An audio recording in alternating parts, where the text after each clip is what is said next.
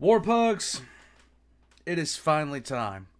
It's time for me to check out not the oldest request in a single category, not the oldest request in the 40K category, not even the oldest request in all categories. This is the oldest request that has ever been made to me. This goes all the way back to 2021. And this comes from Demon. The Roanoke Gaming analysis of the Gene Seed. I don't know why I've never done this. Partially it's just to torture Demon. Partially it's because Demon likes torturing me about it. Because every single time I sat there and said, I wonder what I'm going to do today, he'd respond with this. Well, now I'm finally getting to this. 2 years in the making. Feels like the end of an era. Let's get into it. I've never seen anything about Roanoke Gaming. I think I have. Maybe. I don't know. Let's go. I've been getting requests to cover 40K in depth concerning biological changes to the human form. Let me just ask y'all one thing. Why would you do this? I've spent like 6 hours reading and I am just now making it past the shortened lore version and history to about the 20K time frame. Based on this, I want to kind of make a disclaimer. Sweet Mary Mother of crap, is this universe not completely and utterly ridiculously expansive? I mean, good lord, I could write a dissertation part 1 and 2 discussing just the genetic physical changes of the abnormals alone. So do you guys realize how, like, people make fun of me for making my 5-ish minute lores longer than 5 minutes, but for the love of God, like, do you realize how many variants there are to the bolt gun? How many variant ammunitions there are to the bolt gun? Like, it shouldn't be this hard. Based on this expansiveness, these videos would either have to gloss over a lot or be broken up into parts. I'm choosing the latter over the former because actually the lore is incredibly interesting and everything should be discussed to its fullest extent, at least in my personal opinion. So because of this, today we will be talking about the Gene Seed, what it is, and what are some of the actual implants. Later we will discuss actual implants and how they Bored? Seriously? affect biology. So to quote Samuel L. Jackson, hold on to your butts. Yep.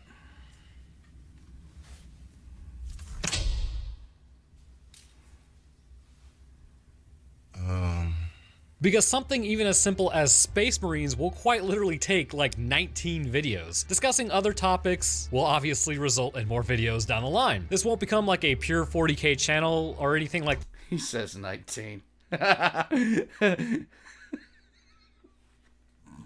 that, but there's just a ridiculous amount of content to go over, so in the coming years, there will be a lot to talk about. Anyhow, let's discuss why we are actually here. The Gene Seed from the Warhammer 40K universe, and what it actually does, and what changes to the human's physical form it causes. So it all begins when a human female and a human male love each other very much, and would like to create a 7.5 foot tall monster with multiple extra organs capable of ripping apart orcs like they were made out of tissue paper. The Gene Seed is essentially a collection of organs and a viral machine cobbled together under the name to kind of sort of explain what they are. Originally, during the 30th millennium, the Gene Seed was created and designed by the man who would later become the Emperor of Mankind and the scientists of the Biotechnical Division. This genetic research compound was located under the Himalayan mountains, where experiments would be conducted on the human genetic structure in an effort to create more effective warriors and, in general, cure humanity of its shortcomings. Seems that most geneticists start out like this, and then as time continues, much like genetic drift, so do their goals. Eventually, through trial and error, which is an inference on my part because just like with the nature of gene alterations, nothing is assured, successes were had through the understanding and knowledge that would yield the ability to form organs within a human male that would aid them in the battlefield. On top of this, their physical stature and power would be changed to make them stronger, faster, and more resilient than the most fit humans currently alive or were that really alive in any time period. So essentially, think of it this way, which interestingly relates to the real world that we live in, just kind of the earliest iteration of it. Viruses were used to implant DNA into cellular clusters to form them into kind of what was wanted. Along with this, germ cells were used to help facilitate the growth of specialized organs through interaction with metabolism and the viruses, which would make them grow properly. We have half of this process actually done now. For anyone who watches this channel regularly, it is known as CRISPR and Cas9. A virus can be loaded up with genes, and utilizing CRISPR in the body, genetic coding can be repaired or altered depending on the desired effect, which has the potential to not only cure us of genetic disease, but also stop other ailments like cancer, parasites, and other viruses, as well as bacteria, from ransacking our meat suits. But if you'd like an entire breakdown on what CRISPR does, head over to my second channel, Croatoan Medical, and I have a video there waiting for you. But just know that for the time being that this form of genetic alteration closely resembles what we already have, which I thought was actually pretty interesting. The germ cells are there after the injection to provide the necessary biomass to grow whatever organ you would really need to be attempting to grow. So for instance, if you wanted to grow a kidney, you wouldn't take like neural tissue and alter it to a kidney, as that would be a waste of time and resources. Right. Instead, these germ cells interacting with the virus possessing the necessary instructions in DNA will form the germ cells into what it needs to be through division and replication until eventually the desired organ has been formed. Using the body's own physiological processes, these organs can be formed over time, integrating them into the body using the body's own resources. This makes sure that there is really no immunological response to the formation of this organ. This is just really kind of one way in which the gene seed is applied to the human form. Another way is actual implantation of a specific organ. The organ can be grown outside of the human body and then implanted and connected to specific systems that need to be bolstered, which we will kind of discuss in a moment. In this way, more than likely, human stem cells from that human would be used to grow these organs, as this would also not really spark any immunological response by the body, and immune system suppressing medicines would not be necessary. This is not to say, however, that the gene seed is all external physical effects such as extra organs. Many of these implants do interact with specifically the brain to alter what is perceived as normal and change how the brain functions. Because of these neural implants, the patient must be alive and functioning, which means they can't be put under, and pain is usually not dulled by the use of painkillers, making this process extremely horrifying if you're the one who's getting these implants.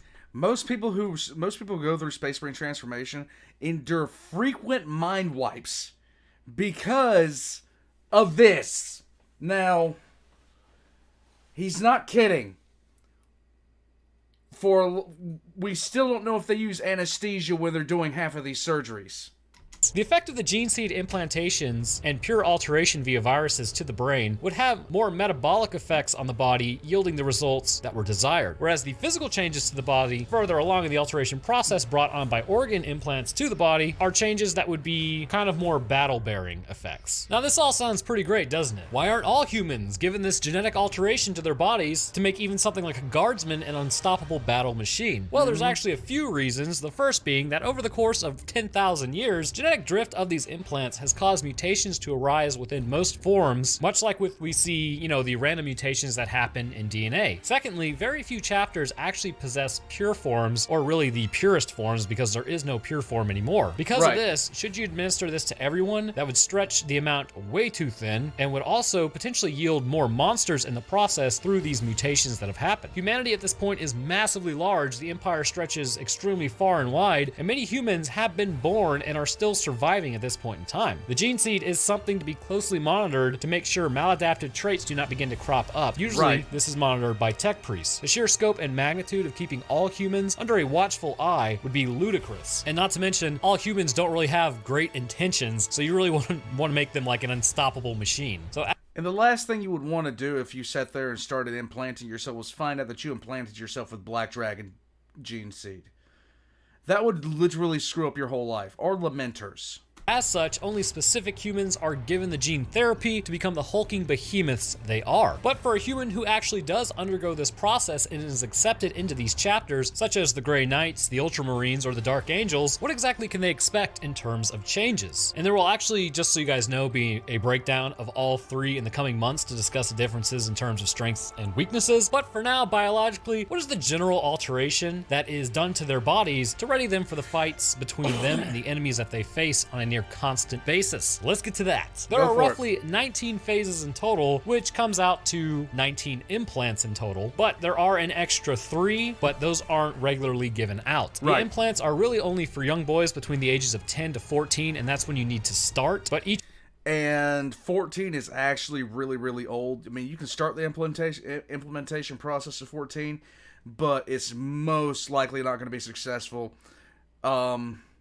8 to 12 is what you're looking at. Each one has varying times that they are started, with the final implant given around the ages of 16 to 18 years old, and usually no later than that. The first through third phase of implants given are a secondary heart, os modula, and biscopia. What are these specifically responsible for? Let's run down a short description to understand their necessity, but there will be a more extensive video discussing the impacts of these changes in future videos. Again, the lore is quite expansive concerning these alterations. The secondary heart, which is referred to as the maintainer, is the first and surprisingly least difficult to implant into the human body. This implant is essentially a smaller version of the original heart and is implanted into the circulatory system near the original heart as well. With the second heart pumping, this has a cascade of effects on the body, leading to a much better warrior. First, the extra force in which the blood is pumped takes strain off the original heart. In turn, this also allows more blood and subsequently oxygen to flow through the body. With this implant completed, should the original heart suffer life-ending damage, the second heart can take over the duties and keep the blood pumping until the soldier can get to a medical facility to have it repaired. Next, the os modula, also referred to as iron heart, is the second implant a human will receive, and it is imperative this is completed during the portion of life before puberty, when the body is about to undergo a rapid growth rate. This is a neural organ implanted near the pituitary gland, which will become a permanent part of the soldier's endocrine system. Here, it will facilitate the release of something we should all be familiar with at this point: human growth hormone. Since a human has not been altered too much before this point, when the hormone begins to ramp up, their body is more apt to adapt to these changes because it still needs to grow. When the hormone is released, the future soldier is also given a diet with microscopic ceramic-based materials. They will act to help the bone and musculoskeletal system grow. With these hormones flooding the body and the scaffolding in place to help it grow, a 10-year-old will be tremendous in stature compared to any other standard homegrown human their age, and more than likely larger than any regular human regardless of age. Once this implant has taken hold, the body will complete its growing ceiling at roughly 7 to 7.5 feet, or roughly 2.1 to 2.3 meters tall. This is taller than Master Chief in full Mjolnir armor for reference. The muscle mass contained within the soldier will also be well outside the normal ranges of what our bodies can currently hold due to resource limitations and genetic cutoffs. But with everything in place for an ultramarine, they are able to continue well past what is normal. Another thing to note about bone growth changes, however, is in reality there are costs and there are benefits. One of the perceived benefits of this implant is that the ribs fuse into a hard shell, making them virtually impenetrable to projectiles. The perceived cost is that during surgery, this makes it quite difficult to get through to fix organ damage. But in reality, the real cost is that our ribs are flexible because this actually helps us breathe. Without it, our lungs cannot properly expand, and as such, our breathing ability is greatly reduced. This disease is known as spondylocostal dysplasia and can be life-threatening. Usually your ribs have to be broken to get them to unfuse, and the recovery time is massive. So I suppose there must be a workaround for ultramarines should this be the case. So the third There's always a workaround for ultramarines. implant is called biscopia, which is colloquially known as the forge of strength. This organ is implanted into the chest and works in conjunction with the os modula. While the os modula has more of an effect on bones and a secondary effect on muscle, biscopia is all about that muscle, baby. This is a spherical organ that controls hormones more than anything else, and in doing so, will bring a Space Marine's physical combat and survivability up to superhuman levels. The presence of this hormone, which is more than likely based upon the muscle-building hormone known as IGF-1, will stimulate muscle growth on a wide level, resulting in a Marine's physical strength being strong enough to deal devastating blows in hand-to-hand combat, as well as carry what would be virtually impossible for even an Olympic bodybuilder to hold. This has allowed them to come out on top where infantrymen have fallen in droves simply due to their ridiculous strength. With your body growing at this ridiculous rate and muscles sucking up more and more blood and oxygen as well as nutrients to function, the hearts would be strained to provide any of this with the standard carrying capacity of blood currently. This would invariably lead to things like syncope, exhaustion, and slow recovery times after fighting, if not for the fourth implant. This implant is known as hemastmin, or the blood maker. This is the answer.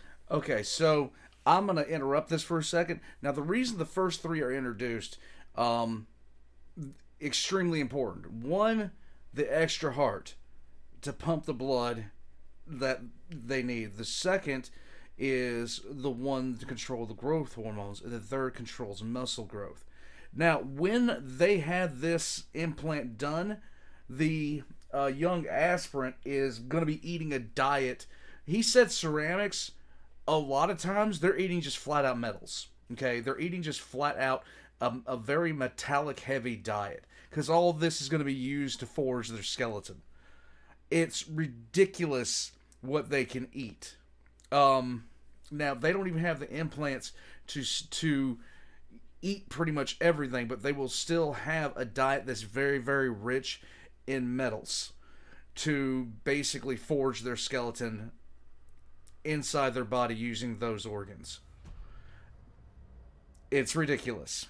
To supplying the body with the necessary fuel to keep it going. Typically implanted in the aorta of a person, this implant will alter the chemical composition of a Marine's blood to carry more oxygen and nutrients more efficiently. But as time continues on, battles rage, energy is spent, bones are broken, and muscle is torn, there would need to be an answer for this. Currently, our bodies, by comparison, would have an extremely slow healing time to that of a Space Marine's. I mean, in reality, our bodies do their best to heal. In a lot of ways, humans can bounce back from things that would end other animals. But this is deemed too slow. Imagine it this way. You're driving a Honda Civic, which is your body, and the engine is your healing factor. A Honda Civic engine has no problem powering a Civic, but now drop that same engine into a semi hauling a full trailer, and it's not going to be enough. The same premise is to why this next implant exists, known as Lerman's organ. Its explicit purpose is to heal the body by producing scar tissue and stopping blood loss. The organ is the same shape as the liver, but is smaller and implanted into the chest cavity. Its purpose is to release a biosynthetic cell that acts similar to platelets in the body, which, if you didn't know, platelets are what kind of group up and will stop you from bleeding. But these biosynthetic cells will attach themselves to leukocytes and quickly move to the area of damage. It can be assumed that they respond to the same chemical messengers that tell blood clots to form, but where natural blood clots fail due to size of a wound, these synthetic cells will thrive. They will quickly cover a gushing wound and fuse it into scar tissue, sealing it entirely, keeping the blood where it needs to be. Should a bone break, such as the femur or pelvis,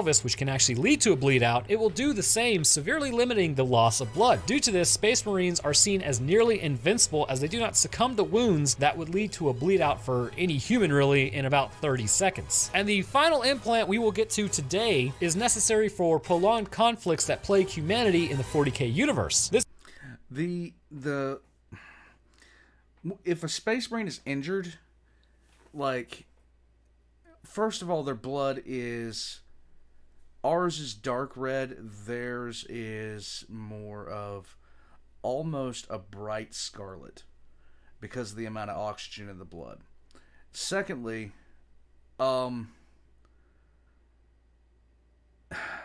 so if you get a writer that's detailing this stuff, a Space Marine will be cut and they will be healing the cut and stop bleeding within seconds. You have to do extreme amounts of damage to a Space Marine to put them down. And it's all because of the Lerman organ. And the bad thing about it is, as time has gone on, some of these organs have begun to fail in some of the chapters. But that's neither here nor there. Moving on, shutting up. This particular implant is known as the catalapsian node, which is implanted in the back of the cerebrum near the brainstem. As humans have evolved on Earth and are accustomed to day and night cycles, our hormones have centered around this single ideology: when it's night, get to sleep. Now, currently, it's not fully understood why we sleep, but we know that the effects of not receiving sleep are hallucinations, concentration issues, comas, and eventually mental deterioration leading to getting bodied. Without sleep, our brains suffer. It's just as simple as that. This node is somewhat of an answer, but only a temporary fix to the necessity of sleep. A Space Marine can shut off portions of their brain while still remaining active and alert. When fatigue hormones begin to rise, the brain starts screaming for sleep, but they can subsequently shut down and put a part of their brain into sleep. However, this would have different effects on them depending on which part they shut down. Say you need to shut down your temporal lobes, right? This can lead to difficulty speaking, hearing, and discerning what's real around you despite what you see. The occipital lobe would not be recommended to shut down, seeing as this has been associated with vision and would completely and severely hamper, as well as probably give you hallucinations, which would be prevalent in your field of view. However strange this may sound, the idea is actually based upon animals in the world who do this, specifically the bottlenose dolphin. Dolphins are able to shut down some of their brain function while while remaining alert in the ocean for predators that may be trying to sneak up on them. This would be an invaluable asset for soldiers to possess, and is shown as such when a group of Space Marines were up for 328 hours straight, or roughly 13.6 days in battle against the orcs on Ren's world. 2 weeks is all it takes to completely body a normal Homo sapiens, and even well before that, we would be completely useless in battle. This suggests that using this method and the success shown by the Space Marines, they could, in theory, go longer without succumbing to their biological constants. However, it would not be recommended. So good lord, we only got to like 6 implants, but... Well, so use of the catalepsian is shown throughout several of the books, especially in the Horus Heresy, especially during the Siege of Terra, where the fighting is constant. You'll notice certain parts of the book where they're talking about how there was a noticeable lack of personality in somebody's speech methods, or a lack of flair in their fighting style, or they seemed a little bit slower for whatever reason. This was because they were operating off of just days upon weeks of endless fighting and hadn't had time for sleep. So the Lord does actually show what he was talking about. But don't worry, the rest are coming in part 2. It's becoming apparent that I'm really going to need to make longer videos for 40K, as there is so much information to be covered. Anyhow, I hope you guys enjoyed, and if I missed anything, let me know. The lore is quite extensive, and even with diving into it, I need to paraphrase some points. Regardless, I will drop my Twitter, Discord, Patreon, and second channel in the description, so go check out that CRISPR video if gene alteration interests you. I also want to thank some of my patrons. I would like to thank our astronaut, It's Not a Spoon, and I also want to thank our scientists, Freedom Units 44, Skilt, and Trey Windenall. Thank you guys. Nice. Anyway, okay, so that does it for me. Expect more. Okay, so this overview it's very basic, but at the same time he's covering all the important points. We haven't even gotten into the major brain surgery yet, where they change the eyes, they change the nose, they do all they do for the mental facilities. So the list of implants is just gargantuan, and the toll they take on the body is massive. They will only take the best of the best recruits. No Space Marine chapter is just going to pick up some guy on the side of the road. It's not going to happen. Most times they will only take people who have passed very specific trials in accordance with their chapter's laws. So, a chapter of Space Marines that's looking for a new inductee, one person in a world of billions might become a Space Marine, which is a far cry from the way it was back in the days of the Great Crusade, where the main battery of Space Marines were all drawn from Terra. And then later on, the subsequent homeworlds of the legions, Barbaros, Prospero, Olympia, it would all depend on where they were drawn from and the English speaking of their Primarch, as to what those rituals would be for selection, what the criteria would be, the trials necessary for induction into the Legion. All these things would be determined by the Primarch's attitudes and convictions, things of that nature. You would have some where the big thing is stand outside in the cold for a day. Others you would have where they have to compete in a series of excruciating challenges. Yet others would be, simply put, you have to be vouched for and vetted. The salamanders have a very particular way of doing things. Salamanders are the only ones that are still close with their family. Oftentimes, a salamander themselves will, immediately after the child is born, let someone in the family know that that child is going to wind up being a salamander at some point. It's all dependent upon the chapter. But they don't choose willy-nilly. They don't choose half-cocked. It's always deliberate and always to the best, for the best candidate they can possibly get. Because gene seed is very, very hard to come by. And you don't want to be the one that has to go back to Terra looking for more. Because you're going to go through hell to get it, and you might not get it. And if you lose enough Space Marines, you're going to wind up facing extinction. There's been more than enough Space Marine chapters that have gone extinct because they lost too many members and weren't careful enough with their gene seed. In any case, that was Roanoke Gaming's video on the first few implants. They go in a sequence depending on the training of the Space Marine. And that sequence was initially done just for actually developing a prepubescent boy into a Space Marine, but has later gone on for much different reasons. I doubt anybody even still remembers the reasons they put in the organs like they do. In any case, guys, will watch the next video to see if he explains where gene seed comes from. But if he doesn't, I'll explain it there. But until then, I'll catch you guys next time. Thank you for the suggestion. Roanoke Gaming's links are going to be in the description down below. She's coming for my gene seed.